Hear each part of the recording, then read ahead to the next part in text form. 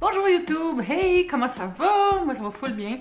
Aujourd'hui j'ai décidé de faire le tag Netflix inspiré par mon ami Phil B qui a fait le tag de série. Je suis allée chercher mes questions sur un blog parce que je trouvais pas ces questions écrites, donc c'est peut-être un peu différent. Mais allez voir quand même le tag de Phil, c'est super intéressant.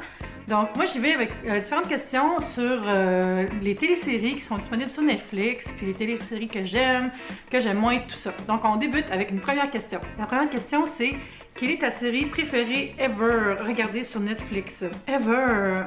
Est-ce que ça veut dire celle que j'ai eu le plus de fun à regarder? Ou que j'étais la plus folle, comme engagée dans l'histoire? Je sais pas. J'ai vraiment aimé Friday Night Lights, il y a quelques années, puis il y avait plein de saisons, fait que c'était vraiment le fun.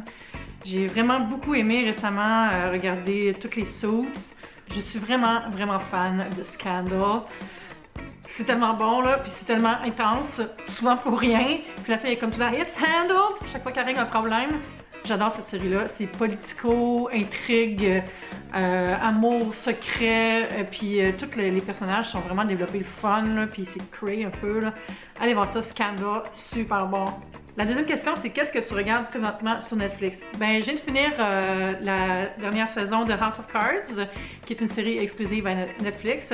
Puis elle était vraiment meilleure que la saison d'avant. Pas aussi bonne que la première, mais en tout cas, c'est une série politique, là, exagérée au bout encore. Non, j'aime bien ça, les affaires politiques. Ça met en vedette Kevin Spacey, politicien tordu avec sa femme, mais qui forme une espèce de power couple evil. Puis dans cette saison-là, ils sont un peu à couteau tiré, fait que ça amène un peu de piquant à la série. Puis c'est super bien fait. Les dialogues sont un peu fous, là. Tu sais, c'est pas réaliste, là. Il n'y a rien de réaliste dans cette série-là. Mais c'est dans un contexte de réaliste, fait que ça donne une espèce de twist vraiment le fun. La troisième question, c'est si tu pouvais ajouter n'importe quelle série au catalogue Netflix, ce serait quoi? Ce serait It's Always Sunny in Philadelphia, qui est une émission comédie vraiment folle. C'est disponible sur Shomi, mais pas sur Netflix. Puis il y a genre 7-8 saisons, là. On fait souvent des blagues, mon ami Laurie puis moi, qui sont basées sur cette série-là. C'est l'histoire de 5 personnes qui sont toutes des trous de cul dans le fond, là. Mais ils passent tout le temps dans des histoires rocambolesques, complètement folles, puis c'est juste drôle. Puis il y a plein de petits running gags, là. La musique est toute légère, c'est l'espèce de musique stock des années 60, là, qu'on dirait que t'es dans un ascenseur, là. Puis il y a comme l'espèce de petite toune joyeuse que j'ai tout le temps à chaque fois qu'ils font un fail, là, puis c'est super drôle. J'aime tellement cette série-là. Mais je peux pas la regarder, là. Je vais peut-être m'abonner à Shomi pour un mois. Il y a un essai de 30 jours. Hein. Ceci n'est pas une plug, je suis allée voir. Puis je peux me faire un genre de marathon, parce que j'ai juste vu 3 saisons.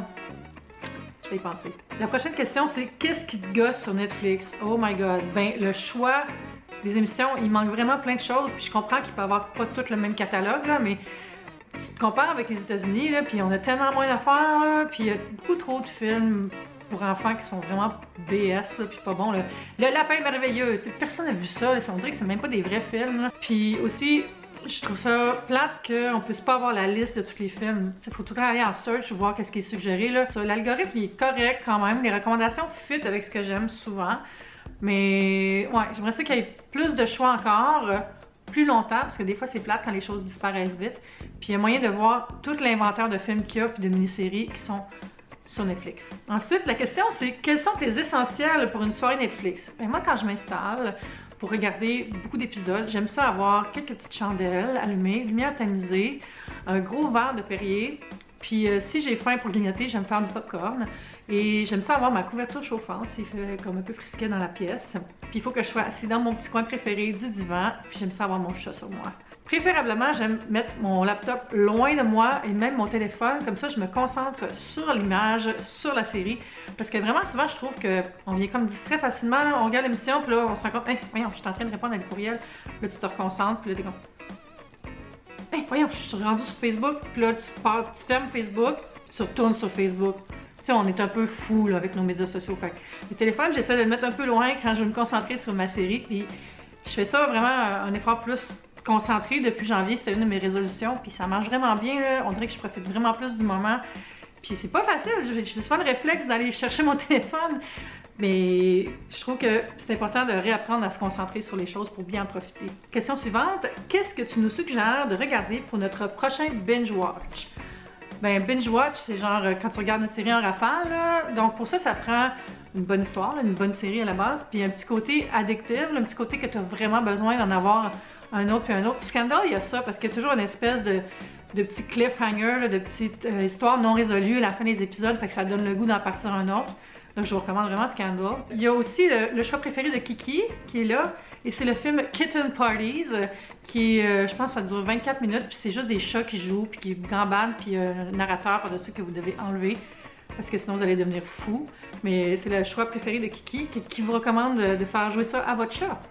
L'avant-dernière question, c'est nomme une série que tu veux regarder depuis vraiment longtemps mais que tu n'as pas encore vue. Ah, il y en a plein. C'est con, là, mais j'ai jamais écouté Grey's Anatomy. Okay? C'est comme un classique, je trouve, dans le style série girly. Mais on dirait que ça dure depuis tellement longtemps que ça me décourage de commencer. J'ai l'impression que ça va prendre des mois à le regarder. En même temps, c'est le fun d'une série qui est longue parce que tu passes plus de temps avec. On a toujours cette espèce de petite déprime après avoir fini une série, je trouve. On devient tellement attaché au personnage d'une série qu'on écoute depuis longtemps qu'on dirait qu'il n'y a plus aucune autre série qui va être bonne après. C'était la dernière série qu'on allait écouter, puis c'est fini. Là, je coupe le câble, puis j'enlève ma PS3, puis c'est fini Netflix, là, parce que cette série-là, c'était la meilleure. Là. Mais non, dans le fond, tu recommences un autre, puis tu trouves un autre coup de cœur, puis tu t'attaches à d'autres personnages, fait que tout va bien. Tu peux continuer à être dépendante à la télé. Mais pour répondre à la question, une série que je veux voir vraiment depuis longtemps et que j'ai pas encore vue, c'est Mind of a Chef, qui est une série sur la gastronomie, la cuisine, tout ça. Une série que je vous recommande vraiment en binge-watch, c'est Narcos, qui est sur Pablo Escobar, qui était un espèce de fou gangster, roi de la drogue, qui a comme tâté du terrain en politique, mais pour faire de la magouille, puis c'est terrifiant, là, comment il était fou. Puis, mais c'est en espagnol, presque un peu en anglais aussi, mais il parle tout le temps en espagnol, c'est sous-titré, mais c'est bien fait, là. Mais il y a des séries que j'aimerais ça revoir, mais en même temps, je me dis c'est un gros investissement de temps. J'aimerais ça réécouter toutes les House et toutes les Lost. Ça fait longtemps que j'y pense. Peut-être cet hiver, là, je vais me garder ça pour les longs mois de noirceur qu'on vient enfin de quitter. Ciao, bye l'hiver. Ciao, bye. La dernière question, c'est as-tu fait de belles découvertes grâce à Netflix? C'est quoi? Ben oui, plein. Il y a un film super beau qui s'appelle I Am Love, qui est une histoire d'amour et de gastronomie en Italie. Et c'est super bon, allez voir ça, I Am Love. Puis aussi, il y a plein de séries britanniques que je connaissais pas, là, comme Paradise, puis Mr. Selfridge. Ça, c'est vraiment fun. C'est tous des trucs un peu inspirés du roman Au bonheur des dames de Émile Zola. Monsieur Selfridge, c'est l'histoire de Selfridges, qui est un magasin rayon à Londres. Les séries anglaises sont vraiment le fun. Moi, je veux savoir c'est quoi que vous avez écouté récemment, que vous avez vraiment trippé. Ça va me faire des idées à regarder plus tard. Fait que laissez un commentaire avec vos séries préférées qui sont disponibles sur Netflix. Ça, je vais mettre les questions du tag si jamais vous voulez le faire. N'hésitez pas, puis dites-moi que vous l'avez fait. Laissez un petit thumbs up si vous avez aimé la vidéo. On se dit à bientôt. Bye les abonnés! Bye!